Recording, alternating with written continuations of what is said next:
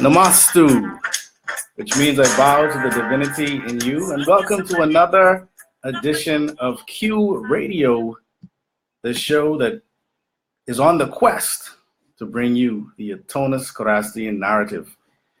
We have a very special show, as always, lined up for you, and we always want to thank all of you who have been watching live, who've been watching the recorded shows, and those who've been sharing them. We appreciate it.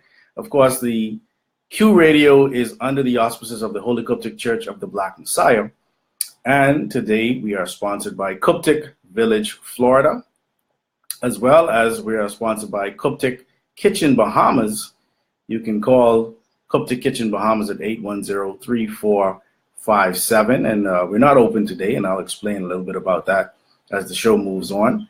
And you also can call our other sponsor, Chlorine Depot, for all of your chlorine needs at 424-6658. And we, of course, want to encourage you to sponsor or support our show.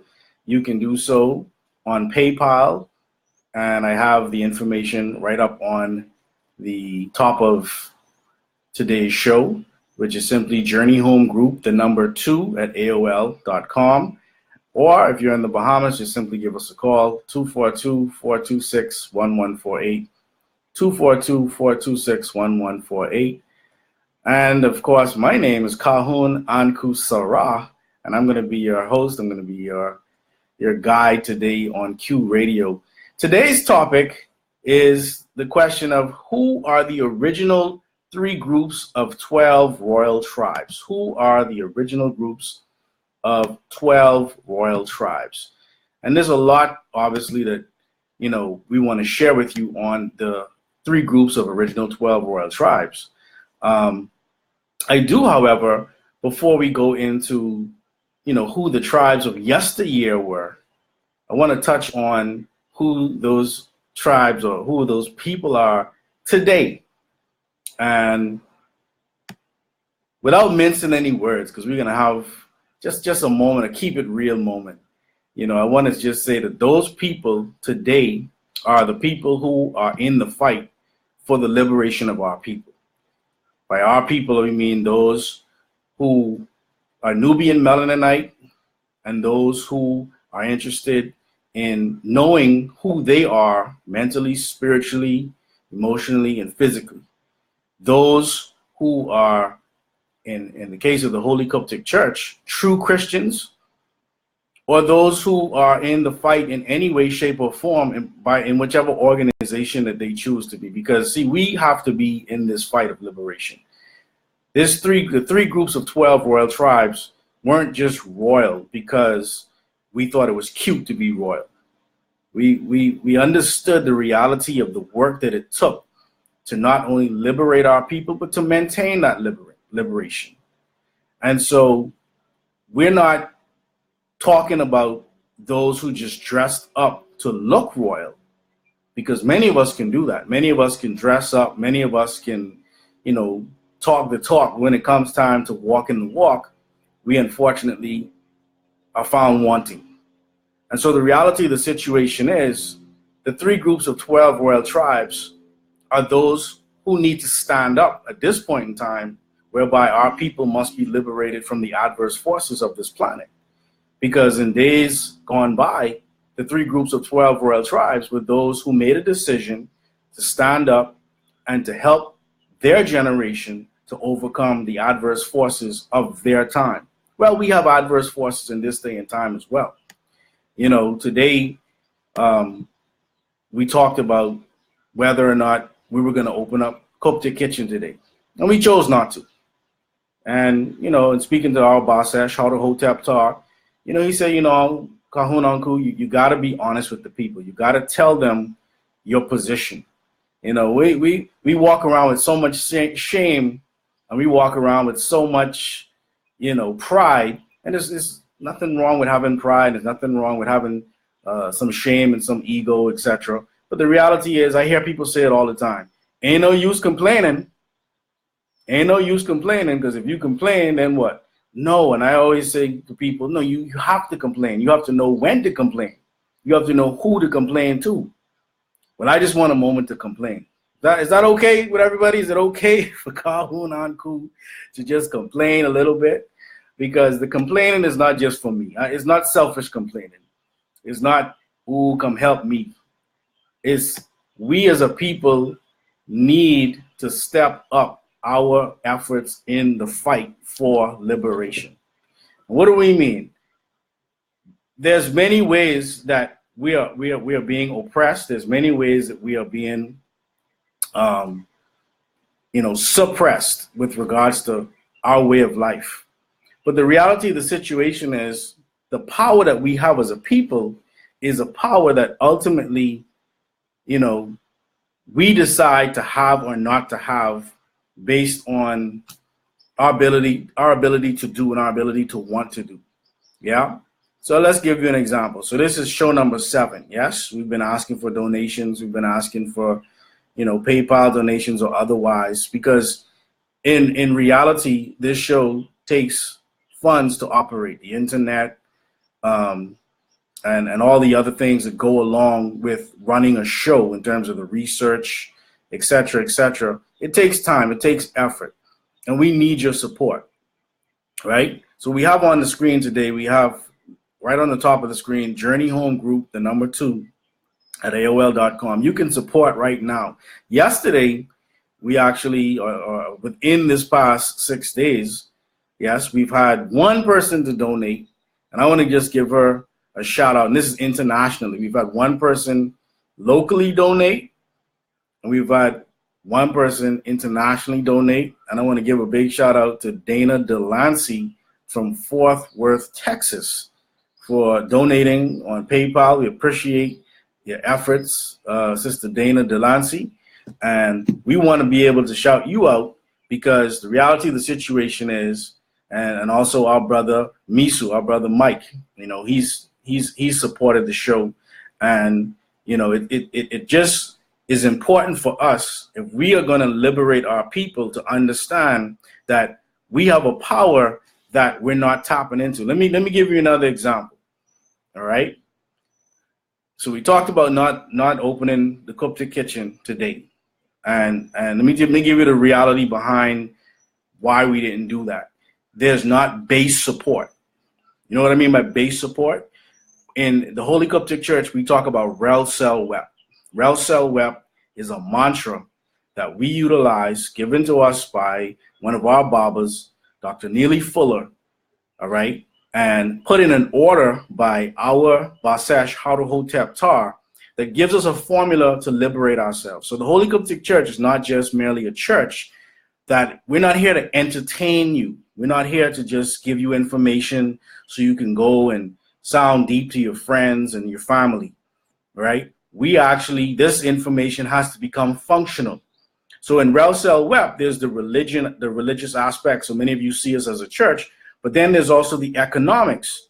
The economics comes in by way of Qubtic Kitchen, Qubtic Cuts, our Tree of Life bookstore, etc., whereby we can then create a labor force to create our own economy. So many of us are either watching shows like Q Radio or buying the parchments, which we're very, very happy that you're doing that. We're happy you're watching. We're happy you're sharing. We're happy you're liking. But we're just saying we don't want you to ever think that what you're doing is enough at this stage. All right? We appreciate it. But now we need you as the 3 groups of 12 royal tribes, as those who are going to stand up in this day and time, to now dig a little bit more into your pockets to make this a financial reality. So we're not standing over you and telling you, hey, if you don't pay your tithes, you're going to hell. There's no God up in the sky watching you to see if you're paying tithes or not. The reality of the situation is, if we don't put our money where our mouth is, then we're going to stay in hell.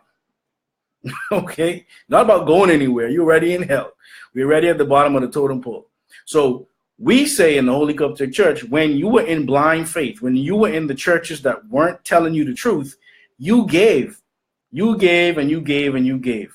And Sometimes you gave more than you probably should have gave. We're not saying, hey, we need all your money we need. You take your whole purse and just dump it inside the collection plate or put it on PayPal. That's not what we're saying.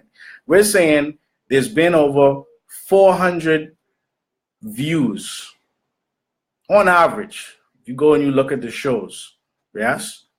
And if each person was given $10, that's $4,000. Now, I can tell you right now, I'm not a person that's going to take $4,000 and go ball it out. I'm going to make sure that we get things done for this show, for the Kanisa, which is our church, for the Qubtic Kitchen, which is our restaurant, for the Qubtic Cuts, which is our barbershop, etc., so that we can build our own economy. Because let me explain. If we don't build our own economy, when this economy that we're depending on, really, when the bottom really drops out, because it's happening right now, what's going to happen is you're going to be in a very, very dire situation. You understand? We are in the process of growing food. We're in the process of making sure that we can depend on the Most High Heavenly One and Nere. And there's a portion of the Most High Heavenly One and Nere in each and every one of us. And I'm speaking to that portion right now because I'm saying the only hands that the Most High has on this earth are our hands. The only eyes the Most High has are our eyes, etc., etc. So we as Atonis Karastians, or those who are in the fight for liberation, we as true Christians, or whatever you deem yourself to be, if this type of show is important to you, then we're going to need for you to really financially support. If you are impressed by the food of Qubtic Kitchen, especially if you're a member of the Holy Qubtic Church, there's no reason why you shouldn't be at some point in the week patronizing what you say you believe in. Because at the end of the day, if we don't do it, no one else is going to do it.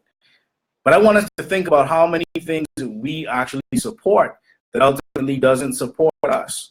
There's a study that was done this year, and it was done by Nielsen. And this Nielsen report,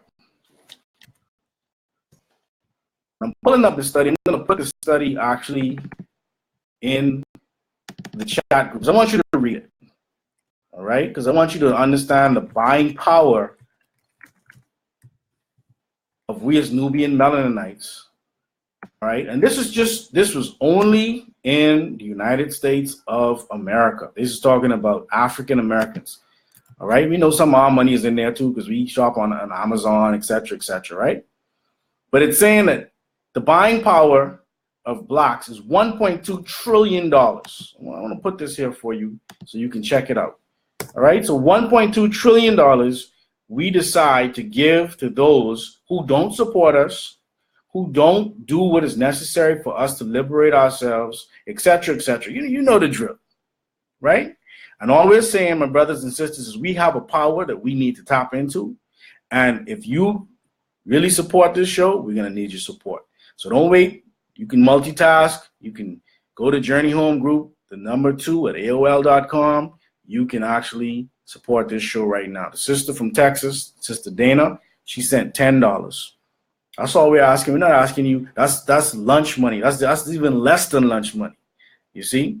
So I just wanted to have a keep it real moment with y'all here on Q Radio, because if we're going to talk about the 3 groups of 12 royal tribes, they can't be something that's in the past. They have to be something that is manifesting right now in this day and time. Otherwise, all of this is for naught.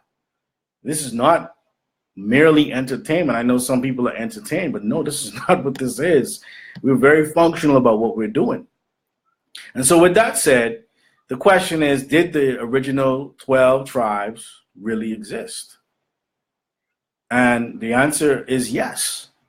Now, the confusion comes in because there are groups who have taken the records of these 3 groups of 12 royal tribes, and they have, through cultural diffusion, named themselves in such a way whereby when we read about the 12 tribes in the scriptures, we are reading Israel or Israeli, Ishmael or Ishmaeli, and Mitanni. or Medani. But these names that are actually Greco-Roman names are not the original 3 groups of 12 royal tribes, whereby the original Ishmaeli was called Ishmael. The original Israeli was called Israel. The original, as they would say, Mitanni or the Hittite was called Midani or Midiani. Yes? And these 3 groups are actually found in the book of Isaiah, chapter 19, verse 24. And I hope you do have your scriptures with you, because we are a teaching church.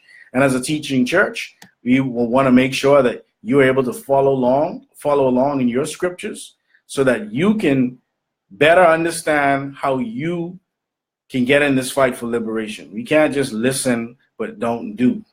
We can't just say we're going to do and not do. But in Isaiah 19 and 24, it says, in that day shall Israel be the third, with Egypt and with Assyria, even a blessing in the midst of the land. So it mentions 3 tribes here: Israel, Assyria. Now, when you talk about Assyria, you're talking about the Cushite Babylonians. The Cushite Babylonians.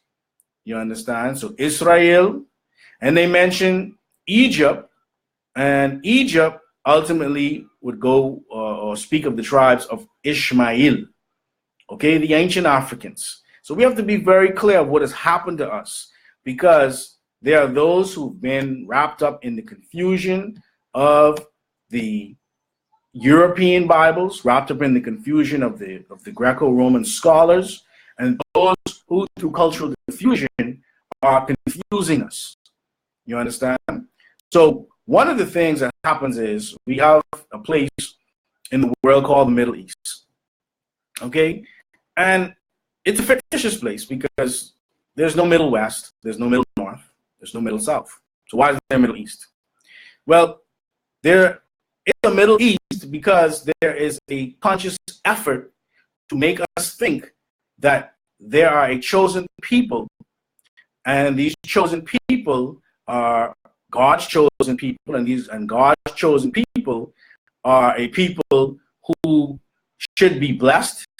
And if we are to, be blessed, and we must bless them, let's go to the book of Genesis chapter 12 in the King James Version, because this is a verse that is utilized often to talk about the 12 tribes. And what has happened is the 12 tribes have been only relegated to what is called Israel today. But this is what it says, Genesis 12 and 1. Now the Lord had said unto Abram, get thee out of thy country. Abram is in Chaldea, and from thy kindred, and from thy father's house, unto a land that I will show thee. And I will make thee a great nation, and I will bless thee, and make thy name great, and thou shalt be a blessing. And I will bless them that bless thee, and curse him that curses thee.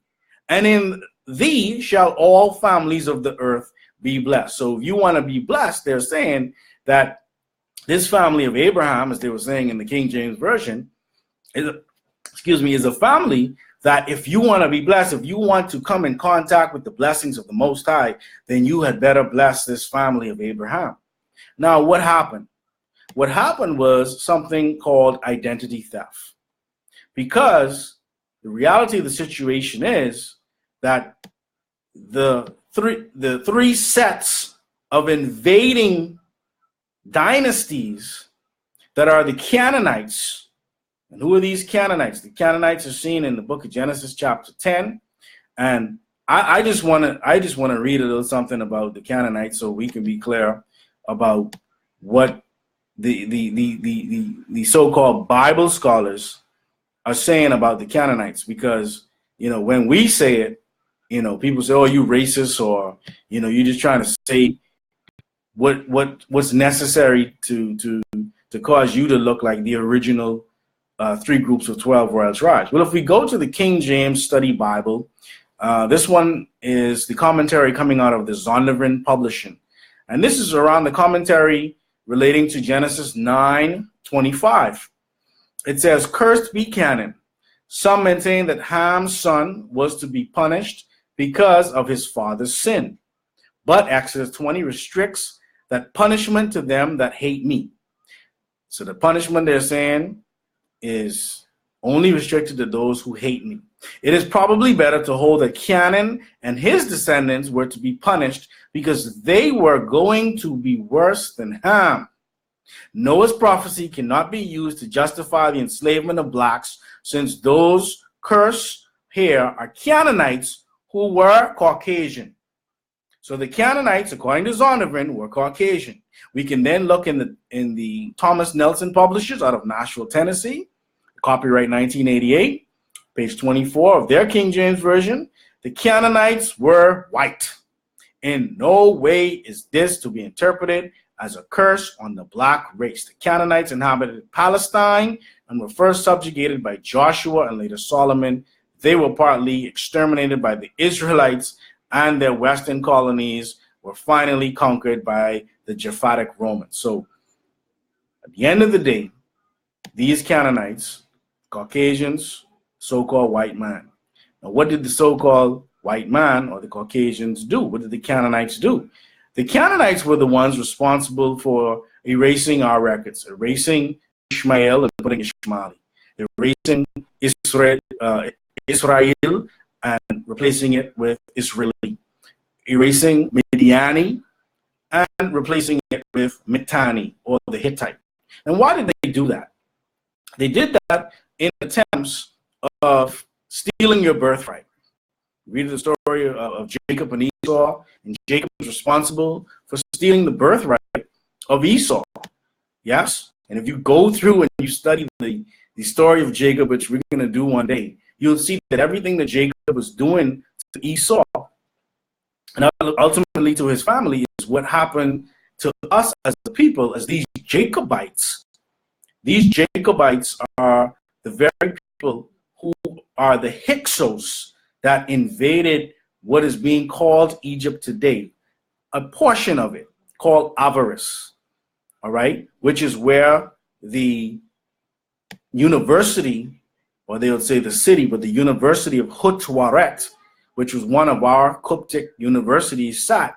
And they spied on that university, and they raided that university of the knowledge that they could get their hands on in order to dupe you and I, okay? And let's be clear. When we talk about these Canaanites, right? They're not only the Caucasian, because the Caucasian, technically, they never reached us. They never got to our records. You understand? In Isaiah chapter 19 that we were talking about earlier, right?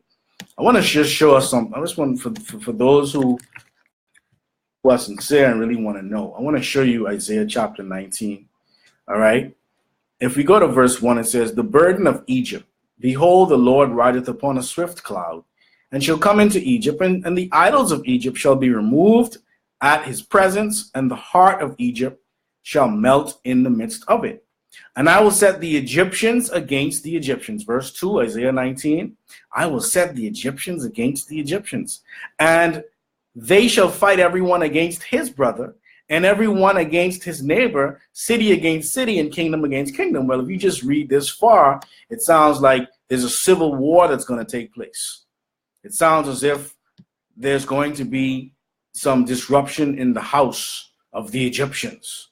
But later on, if you go down to verse 18, it says, "In that day shall 5 cities in the land of Egypt speak the language of Canaan, and swear to the Lord of hosts, one shall be called the city of destruction." Well, why would there be 5 cities in what is being called Egypt, or Tamare or Kemet? Why would there be 5 cities speaking the language of Canaan? Well, it's very simple. Why are we here having conversation in English right now? Why are you able to understand English? You know, most of us, because, hey, there's some people who English is in their first language, but even that first language, in many instances, you were taught or you learned it from the colonizers that colonized you, from those who actually said you cannot speak your language, from those who said you cannot worship or honor your ancestors, from those who told you you can no longer be the 3 groups of 12 royal tribes. But what were these languages? It's important that we understand what these languages were, because in understanding these languages, we can appreciate what is happening to us today. Okay? So these Hyksos, they had an influence. These Canaanites had an influence. And they brought in their 5 languages. And you can see this in Joshua 10 and 5, as well as Joshua 13, 1 through 6. And then, of course, we mentioned Isaiah 19 and 18. Okay? Now, they used their language, and using their language, they mistranslated the original doctrines of the original Atonus Charastian Kanisa. All right? And this true religious identity was the very religious identity of the Mesa Yahshua Karas that we spoke about yesterday. But these 5 languages, what are these 5 languages? The first of these 5 languages was the Phoenician language. And there were different tribes of Phoenicians. They weren't Canaanite or Caucasian, yes, but nonetheless, their language is the language that would have given birth to what we know as the European languages today. They call it Proto-Indo-European languages. So the first would have been the Phoenician. The second language is the Greek. Now, when you start to talk about the Greeks, you're actually talking about the Caucasian. And this Greek language was used on the Rosetta Stone. And this Rosetta Stone can be found in the London Museum today, and they have all of this around it with lights, and so important, you have to protect it. Meanwhile, the Shabaka stone, which we talked about a few shows ago, is just hanging up on the wall disrespectfully, but yet on the Shabaka stone is the actual language of the oldest theology on the planet that they refer to as the Memphite theology. Yes? So you had the Phoenicians, you had the Greeks who had their language placed on the Rosetta Stone. And this place called Rosetta was directly across from Alexandria, where much of the information that is our true religious identity was lost in and around 391 AD. And it happened in waves. It didn't happen all at one time. But they destroyed the records of the 3 groups of 12 royal tribes. You understand? And then they created or found, quote unquote, the Rosetta Stone. And they said they used this Rosetta Stone to be able to understand the actual hieroglyphics of the ancient Africans. You understand? Then this Rosetta Stone, right, was also utilized with the Hittite languages, which again are Canaanite languages. The third language of these 5 Canaanite languages is Ugarit, or the Indo-Arabic language, called also Farsi, which is the 4th language of the Persians called Iranians, and those of Lahore, Pakistan, where many of the Quran that our brothers and sisters who are Muslims, ones that they read, coming from Lahore, Pakistan. All right. And Pakistan was once a part of India, showing that these were actual Aryans. Okay, and these Aryans were the ones who were subjugating the Harappan, or those of the Harappan civilization in the Indus River Valley, as we did have a portion of the land that today is called India was called Kush. All right. And then you have the 5th language called Hebrew, which is actually really a Germanic Yiddish. All right. And these are the 5 languages of the Canaanites, which everyone is speaking, leading to the royal seed, you and I, those who want to get in the fight for liberation, right, leading to the royal seed of the original 12 tribes to have totally forgotten the Tamaraic language, which we see as the new song in Zephaniah 3 and 9. Okay? So the reality of the situation, my brothers and sisters, is that we have to, just like Nielsen has shown us that we have this buying power of over $1 trillion, we have to put the same effort that we do into buying nails and buying hair and buying tennis shoes and buying phones and buying clothes and etc. and supporting each other and supporting the effort of liberation. Yes? So let's jump a little deeper now into these 12 tribes, because we have to understand that when they talked about in Genesis 12, this Abraham was one who originally was called Zoser Ibrahim. Zoser Ibrahim. And this Zoser Ibrahim, he was of the Cushite tribes, because they will tell you that Abraham was from Chaldea. But here's what's interesting. I have another link for you that I'll share.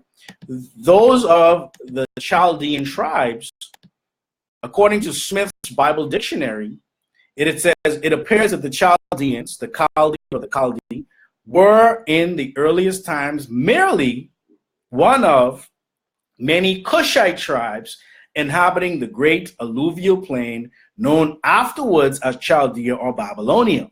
Their special seat was probably that southern portion of the country, which is found to have so late retained the name Chaldea. So what they're calling Chaldea today was in reality the Cushite tribes. Now, who's Cush? Cush is none other than Ethiopia. Ethiopia. Yes, and I've placed the link there for you to actually read it yourself and see for yourself, because you have to understand when cultural diffusion takes place, when identity theft takes place, one of the key things is to have the people whose identity is being stolen, to have them not speak their language, to have them not have any interface with their true religious identity or their records. Because in doing so, what happens is you now only gravitate towards the invaders or the oppressor's rendition or interpretation of your true religious identity. And in doing so, you're left in a state where you are constantly trying your best to live what you think is your true religious identity, but it's not. It's a watered down, bleached out version. You understand? So if Abraham is coming from the Cushite tribes and the three groups of 12 royal tribes called Ishmaelites, Israelites, and Midianites all come out of Abraham, as well as three women, Hagar, yes, that gave way to the Ishmaelites. So her mitochondrial DNA is that of the Ishmaelites. Sarah, or Sarai, as they say, that gave way or gave birth to the Israelites, or Israel, and Keturah, who gave birth to the Midianites. So there's three strains of mitochondrial DNA running through these three groups of 12 royal tribes. And the father of them all, Zoser Ibrahim, is a Cushite. So these are Ethiopians. These are Ethiopians. These are not Jebusite Jews. These are not the Sephardim and the Ashkenazi, who in Revelation 2:9 and 3:9 are referred to as the synagogues of Satan. You can look that up, Revelation 2:9 and 3:9, the blasphemy of those who say they are Jews but are not. Those who had a land given to them not by God, not by the Most High, but by an actual declaration called the Balfour Declaration. And they have tried to create many other lands as their holy land, whether it was Uganda on the continent of Africa, or even Kenya on the continent of Africa, or Liberia on the continent of Africa, or the south east tip of Texas, or an island in Niagara Falls up in Canada. Yes, there have been many, even in Japan, there have been many places they've tried to set up a holy land. You understand? And the reality of the situation is, it's because these were people who really did not have an identity as it regards the people of the scriptures, and they did not have a history. They were a grafted and are a grafted people. You understand? Now, you may not like how this sounds, but the reality is you must do your research, as we have done our research. So this Ibrahim, Zoser Ibrahim, he, as an Ethiopian coming out of the Cushite tribes, would have given way to those who were also within their bloodline carrying the Cushite as well as the mitochondrial DNA of Ishmaelites, Israelites, and the Midianites. Now, what's important is, remember when we went to Isaiah chapter 19, we talked about these three tribes working together. So there are those who will tell you today, well, we're not African because the Africans actually took the Israelites and they sold them into slavery. Well, that may be the narrative that, some people want to teach, but if we really want to go into any real research, we have to be honest with ourselves and say to ourselves that through all of the years of us mixing with each other and through all of the years of us actually being in the position that we're in, whereby we really don't know who we are in terms of one particular tribe, if we really want to be honest with ourselves, it's just kind of naive to point at one person and say, oh, you're an African, and to say, well, I'm a Hebrew, or I'm an Israelite. It's just not fair to common sense and reason to do something like that. We, as the three groups of 12 royal tribes, have been intermixed for such a very long time that is who we call ourselves, the three groups of 12 royal tribes. So there's a little bit of all of these tribes inside of us. Now, here's what's interesting. Coming out of, and there's a whole book on this, all right? For those of you who are interested, you can go to www.journeyhomegroup.com, those who are watching internationally. All right, those who are in the Bahamas, you can come right to the Holy Qubtic Church in historic Baintown, number 72 Meadow Street, and you can purchase this book. With the original 12 tribes, it speaks of these tribes who today are referred to as the 12th dynasty. When you start to do the research, again, their job, their meaning, those who would have put the Bible together today, is to ultimately confuse the seed of the three groups of 12 royal tribes so that we're not aware of who we really are. But the reality of the situation is, because of our Basesh Hotep Tar, by way of the Most High Heavenly One and Nere being able to guide us, we now have the realities of who these three groups of 12 royal tribes are. So we want to get to the progenitors, those who gave way or gave birth to the three groups of 12 royal tribes. And we need to be clear that when we're talking about these three groups of 12 royal tribes, we're not talking about the Israeli. We're not talking about those who are in Israel today, because that's the confusion. They've made us believe that we are Gentiles when we are not Gentiles. That's a whole nother show. We're not Gentiles. We are those three groups of 12 royal tribes found in the book of Isaiah chapter 19, verse 24, where it says that Israel is going to be the third with Egypt and Assyria, with Tamaré, with Cushite Babylon. You understand? Because these were one people, because they said that Nimrod was the son of Cush, and Cush is Ethiopia. And then Nimrod was the one responsible for building the 5 cities or the cities within what is being called Sumeria today. So these cities were Ethiopian cities. You understand? And so the reality of the situation is these tribes had to come from somewhere. Well, within the Atonus Chrorastian doctrines from the angelic mysteries, we learn of one called We'emesu. We'emesu, or Amenemhat I, is likened unto the Jacob of the 12 royal tribes, or the 12 tribes, rather, within the biblical rendition of this true story. And this We'emesu, he understood, like we in the Holy Qubtic Church understand today, that it is our responsibility to come together to do what is necessary to liberate ourselves from the oppressive and adverse forces that keep us ignorant and keep us siphoning off our monies to places that are not ultimately going to spend the money back on us or to assist us. And he said, no, we must come together. He brought those who were contemporaries, because they make it seem as if when they talk about these dynasties, and we didn't use the word dynasties. Dynastos is not an African word. We were tribes. And by tribe, it don't just mean 12 people. When you say the tribe of Yoruba or the tribe of Igbo, you're talking millions of people right now in West Africa.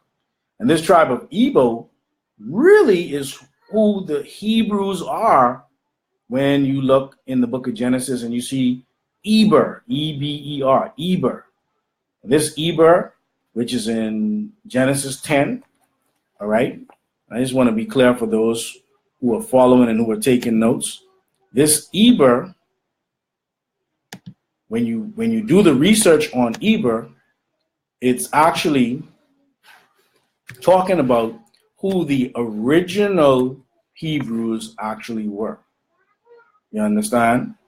And so when we look up Eber in the King James Version, Genesis 10 and 25, as well as 1 Chronicles 1 and 19. All right? But this We'emesu, okay, he was responsible for bringing together these 14 progenitors. This number 14 is very important. We're going to touch on the number 14 in a second, right?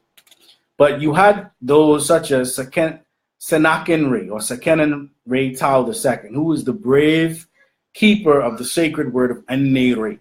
So when we talk about the fact that there was spies that were sent into Hutwaret, they were sent in to literally take this word from the brave keeper Sennacherib. His sons were Chamos and Amos. These are the Moseses. We're going to talk about who Moses was in another couple of shows, but these were some of those who were called the Moseses. You also had Mentuhotep II, or Neb-Hephat-Re, who was a part of the Theban or the Waset family. You also had Amenhotep I, or Amenemhat I, and his son, Sensuret. You also had Tahutmos I. You understand? Whose other name was Asaru. You also had Hatshepsut. And this Hatshepsut, when they speak of Hatshep, they say Hatshepsut. And they'll say that she was pretending to be a male to be on the throne. And we'll talk more about her in detail as we get more into Q Radio's information that we want to share with you, of course, with your support. You also had Amenhotep II, Tahutmos IV, another one of the Moseses, as well as Neb-Maat-Re, or Amenhotep III. And then you also had Ankh-Anatun. This Ankh-Anatun, who was also known as Amenhotep IV, is who was responsible for giving birth to Tutankhamun, who was the Yahshua of 3,500 years ago within the calendar of the Dendera, or 2,000 years ago based on the Julian calendar. Yes? So he and his wife, Nefertiti, and their two daughters, yes, they had one son called Tutankhamun. And then you also had Smenkhara, or Smenkhare, Meriaton is another name you may know her as well as Shishak or Shishak. You also had Kushta. You also had Shabaka. So when we talk about the Shabaka stones, Shabaka is one of the progenitors of the three groups of 12 royal tribes. And last but not least, we had Ramos, or Ramesses II. Now what's important is these 14 tribes represented the progenitors, or those who would have given way to the three groups of 12 royal tribes, which literally ties in to the 14 pieces of the body of Asaru, whose poster you see right over my right shoulder. This Asaru was the original sacrificial lamb. And they say his body was cut into 14 pieces. But the reality of the situation is that this Asaru, his body being cut up, represented these tribes being split up. We talked about in Matthew 26 and 31, we talked about the shepherd will be smitten. The shepherd will be smitten and the tribes will scatter. Well, I want you to see something here in Matthew chapter 1, because this all, again, comes back to the Yahshua of atonism, of true Christianity, whereby we see in the book of Matthew, chapter 1, okay, it gives you the genealogy of Yahshua, okay? But listen to what it says in verse 17 of Matthew chapter 1. So all the generations from Abraham to David are 14 generations. And from David until the carrying away into Babylon are 14 generations. And from the carrying away into Babylon unto Christ, or Christ, are 14 generations. Why does this 14 keep popping up? Where are these 14 tribes in the King James Version today? Well, it's very simple. Well, it's not very simple because it's simple to us because we have a guide. We have a basesh.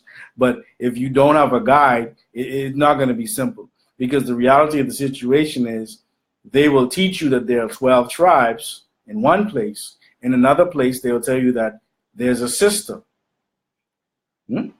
Dina, and this sister then added on to the 2 half tribes of Ephraim and Manasseh, yes, would give you 14 tribes, because there's 12 brothers, there's 1 sister, yes, which gives you 13, and then you have 2 half tribes of Ephraim and Manasseh, which gives you 14. So they're hiding these tribes right in the King James Version today, and other versions as well, right? But they're hiding these tribes right in front of your face so that you don't recognize the fact that something, number one, is off with the way that they're doing that, because they only mention Israel. But there's several places in the scriptures where they mention the 12 tribes, and in some places they have one name, and in other places they don't have another name. I don't have time in this show to go through all of that with you, but of course, if you come to our Bible study or True Light Fellowship and Bible study, every Wednesday at 7 p.m., we delve into these types of questions so that you can have a better understanding of who you are as the actual children of the 3 groups of 12 royal tribes. Because we don't understand who we are, and in not understanding who we are, we then take on all of these other names that have nothing to do with us. We've been everything other than ourselves, and this is why we can't seem to get a grip. We can't seem to get a handle on who we are. You understand? So the reality then is we have a responsibility to learn about these 3 groups of 12 royal tribes, learn about their stories, and learn about how we can now begin in this day and time to live as the 3 groups of 12 royal tribes. You understand? Today, the names across what you call Africa today, you would see the Yoruba, you would see the Igbo, you would see the Afendi, you would see the Danakil, you would see the Zulu, you'll see the Ashanti. These are the 3 groups of 12 royal tribes. These are those who have lost their identity, and in losing their identity, have not been able to actually control their destiny. Your identity has everything to do with you accessing the divinity within you. In accessing the divinity in you, you are able to have what? Access to all power and all knowledge by way of the Most High Heavenly One and Nere.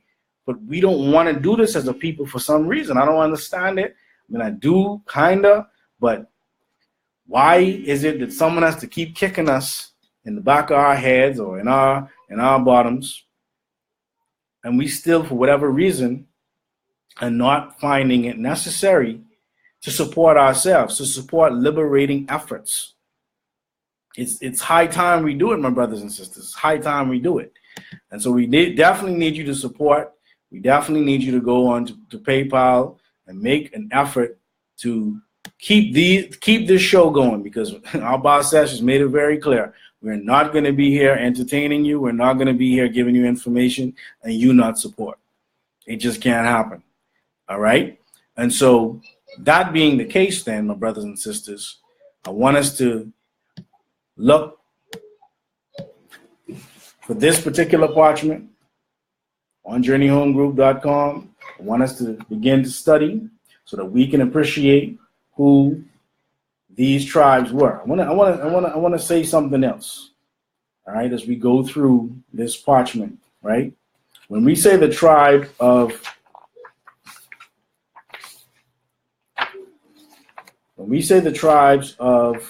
the 3 groups of 12 royal tribes, right? One of the things that we don't want you to miss is that there's been a very concentrated effort to put the names that you now know as the 12 tribes into place to be able to confuse you further. All right, I just want to give you a couple examples of what we're talking about, right? So in this parchment, the original 12 tribes, okay, we look at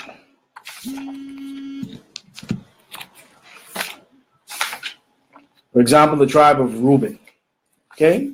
So they'll say Reuben was one of the members of the 12 tribes.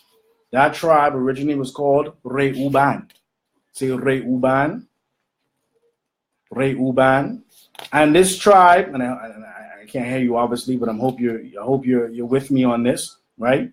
And this tribe was those who actually carried out the rights, the laws, and the precepts of the Most High Heavenly One, and Nere, right? I want to read from page 52. All right, because we have to understand what does this all mean? How does this all tie up? It says, what this teaches those that are truth seekers, diligent inquirers, and loyal adherents to the laws, commandments, rights, rituals, and precepts of the Most High Heavenly One and Nere is that when we look at the biblical tribal names, we must realize that the 11 tribes of Canaan plus the Hittites, Mitanni, were replacing the original 3 groups of 12 tribes in their respective names, such as Masai, so we say Masai, and if we say Masai and say Messiah, yes, then we begin to understand what they were doing. The Igbo, the Ifendi, the Yoruba, the Hendendawa, the Danakil, they began to replace these names with their own tribal names. They knew that as 11 grafted tribes, they would be discovered.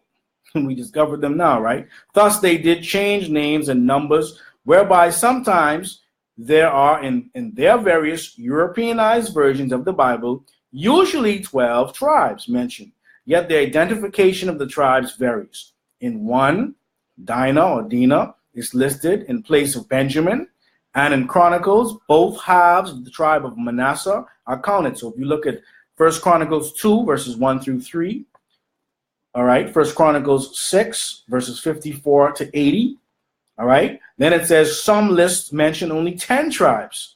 2 Samuel 19:43. One gives 11 tribes, Deuteronomy 33. 1 Kings 11:31. And in Genesis 46, there are 13 tribes. And even sometimes some names are added and others are taken away, as found in Revelations chapter 7, verses 5 through 8, with the intention of confusing the minds of humanity's masses. You understand? So this is something that's been deliberately done. You understand? But who was Reuben? Who really was Reuben? We have just maybe less than 10 minutes left in the show. Who really was Reuben? All right. This word Reuben means the son who possesses the power of the 2 eyes of Re.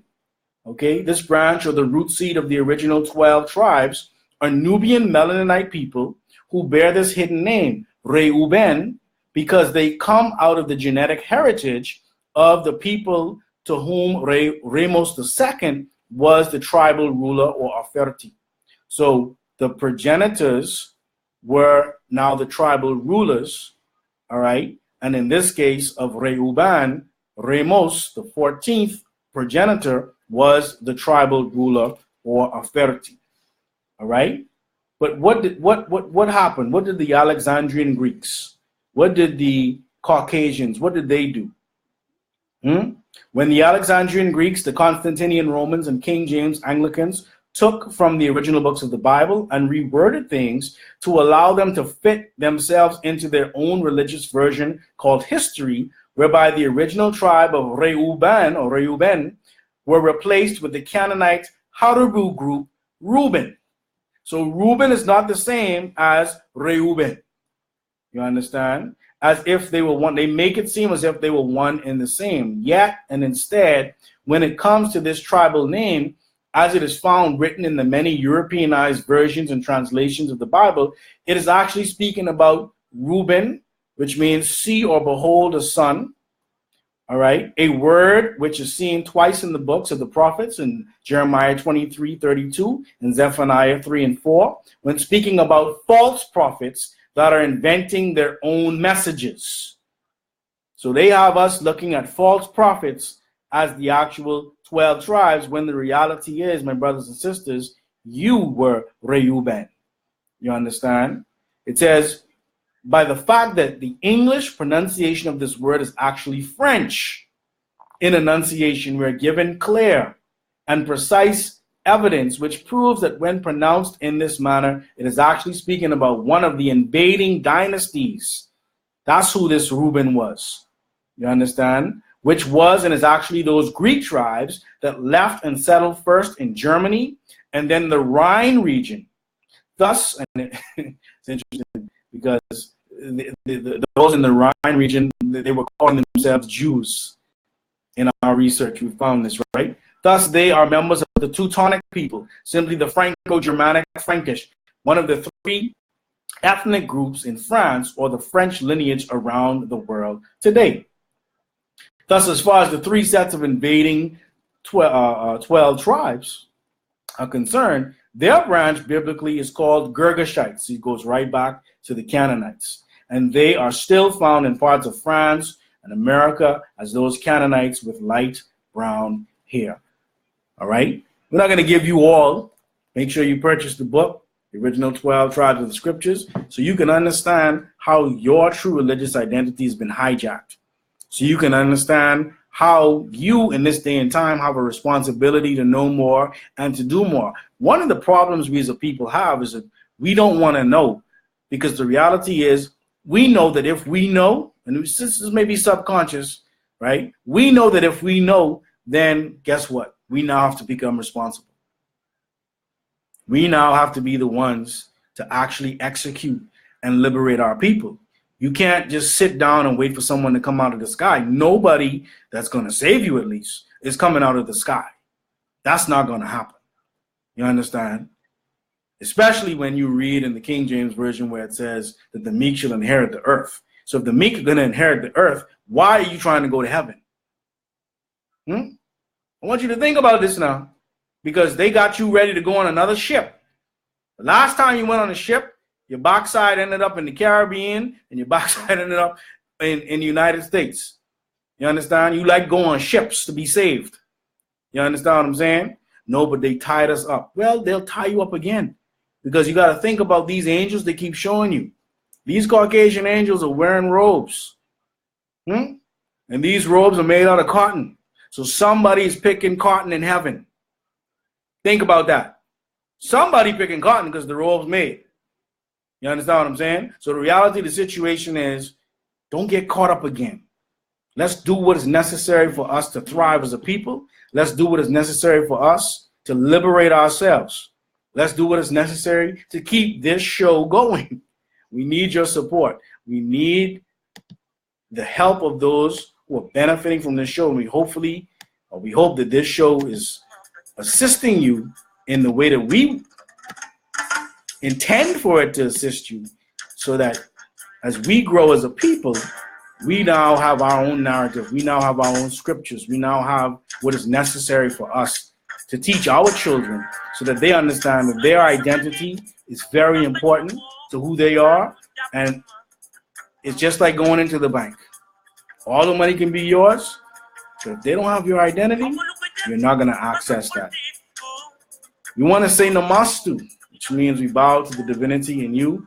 We want to thank you again for watching or being a part of our show, Q Radio, on a quest to bring you the Atonas Karastian narrative.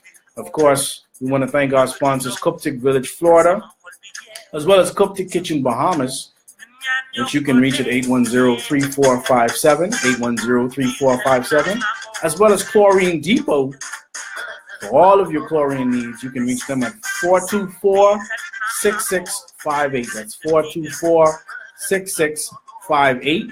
And of course, we want you to become a sponsor. So make sure you please either go up to our PayPal and donate at journeyhomegroup, the number 2 at AOL.com. Or you can just inbox us to get more information on sponsorship, as we do have sponsorship rates.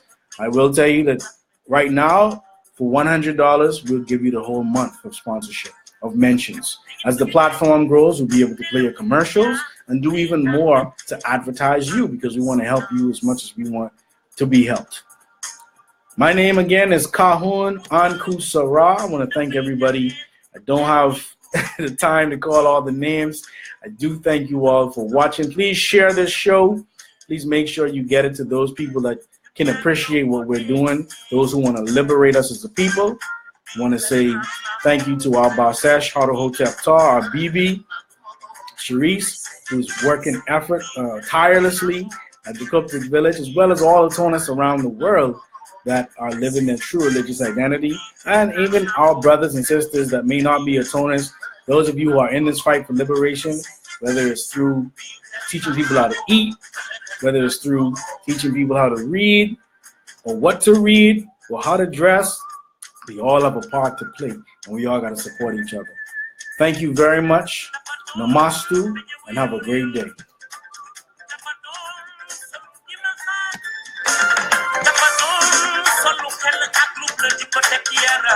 Yaram, yaram, yaram.